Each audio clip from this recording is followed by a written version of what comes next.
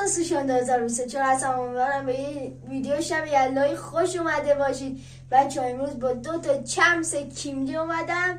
نگاه کنیم، میخوام امیدوارم چیزای خوب باشه. این اولین باره که من دارم کیمدی باز میکنم. قبل ویدیو لایک زنگوله یادتون نره. بریم سراغ ویدیو. نگاه کنیم شو اومده بازم به خدا.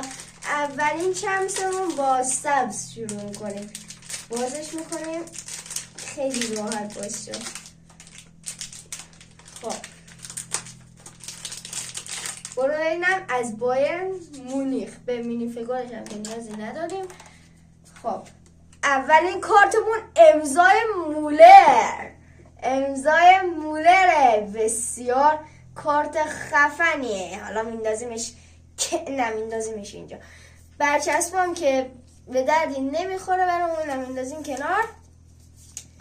کارت 2 تا کارت زلاتان ابراهیموویچ تو یه بسته.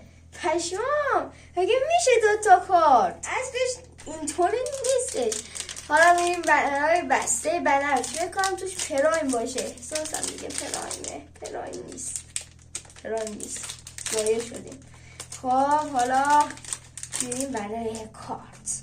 فیگو رو میندازیم کنار. از میلان زلاتانه؟ نه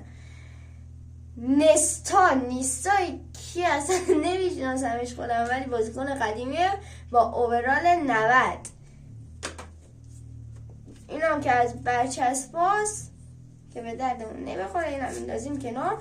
و کارت خاکپو اوورال 82 و کارتمون تموم شد و بسیار به درد نخور بود. نه باز این انداخته بودم پایین. با توی بسته 2 تا کارت زلاتان بود و اشتباه بسته ای بودش. و تا یه ویدیوهای دیگه کیمدی. بای